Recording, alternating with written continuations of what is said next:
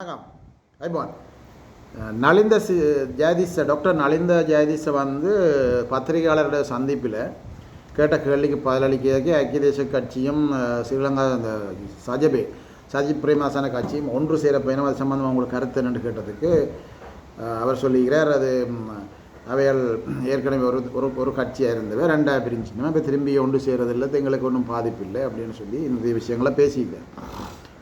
நான் என்னுடைய பார்வையில் ஐக்கிய தேசிய கட்சி வந்து 1994 ஆண்டுக்கு பிறகு தேர்தலில் போட்டியிட்டு ஜனாதிபதியாக வரையில. ஏற்கனவே நான் ஒரு வீடியோ போட்டிருக்கேன். ரணில் விக்ரமசிங்காவுக்கு கடைசி வரைக்கும் போட்டியிட்டு ஜனாதிபதியாக இல்லாமல் போச்சு. அப்போ அதுக்கு அடுத்த தலைவராக சஜித் பிரேமதாச வாரத்துக்கு பல போட்டிகள் இருந்தது. அப்போ சஜித் பிரேமதாசன் என்ன எதிர்பார்த்துருந்தேன்னு சொன்னால் தனக்கு இந்த கட்சியின் தலைவர் பதவி கிடைக்கும். அதுக்கு போட்டியாளராக நவீன் திசாநாயகம் இருந்து கொண்டிருந்தார்.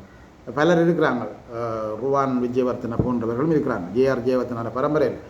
அப்போ சஜித் பிரேமதாசக்கு இது கிடைக்கிற மாதிரி தெரியாமல் போகத்தான் ஏற்கனவே கட்சியை விட்டு பலர் போன பின்னணியில் சஜித் பிரேமதாசாவும் இந்த கட்சியோடு இருந்தால், அந்த ரணிலோடு இருந்தால் தனக்கு பதவி கிடைக்காத ஒரே நோக்கத்துக்காக கட்சியை உடைச்சுக்கொண்டு வெளியே வந்து, அப்போ அவை ஐக்கிய தேசிய கட்சியை தான் உடைச்சுக்கொண்டு வெளியே வந்து அதே அந்த வாக்கைத்தான் பிரிச்சு.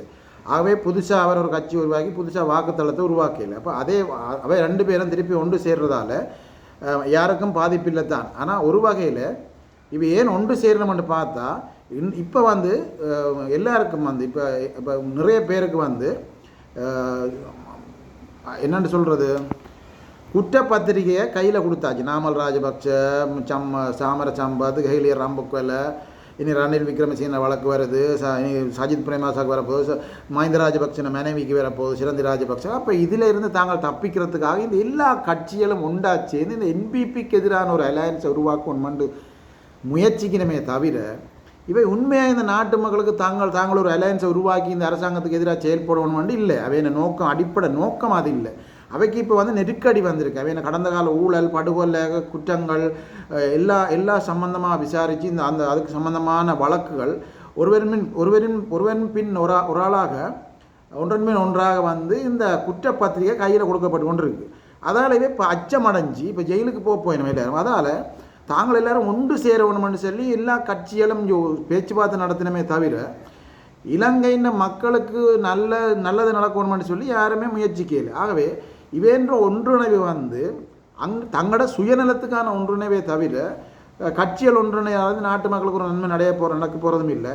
இந்த அரசாங்கத்துக்கு ஒரு வந்து என்ன சொல்கிறது, ஒரு சேலஞ்ச், அதாவது வந்து சவாலை விட போகிறதும் இல்லை.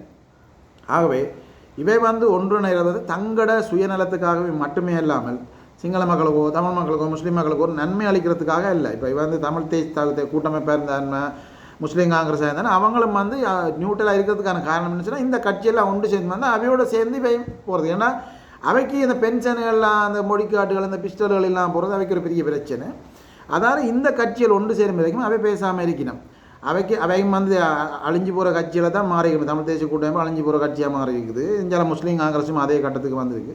அப்போ இந்த சிறுபான்மை கட்சிகளுக்கும் அதான் பிரச்சனை இருக்குது. இந்த ரணிலும் சஜித்தும் ஒன்று சேர்ந்து அந்த பக்கத்தில் போய் அந்த என்ன சொல்கிற பூட்டை அடிச்சுக்கொண்டு முக்கு போட்டுக்கொண்டு முண்டு உடுத்துக்கொண்டு இவையும் அந்த சுகபோகங்களை அனுபவிக்கலாம், பார் லைசன்ஸில் வாங்கலாம், பிஸ்டலை வாங்கலாம், பொடிக்காட்டை வாங்கலாம், பென்ஷன் எடுக்கலாம், பட்ஜெட்டுக்கு கையெழுத்தி போட்டு ஒரு 10 மில்லியன் 2 மில்லியன் 5 மில்லியன் வாங்கி கோடீஸ்வரன் ஆகலாம், பெரிய மீசியை வச்சோன்னு தாடியை வச்சோன்னு வேட்டி எடுத்து போலி தமிழ் தேசியம் பேசிக்கொண்டு தெரியலாம்.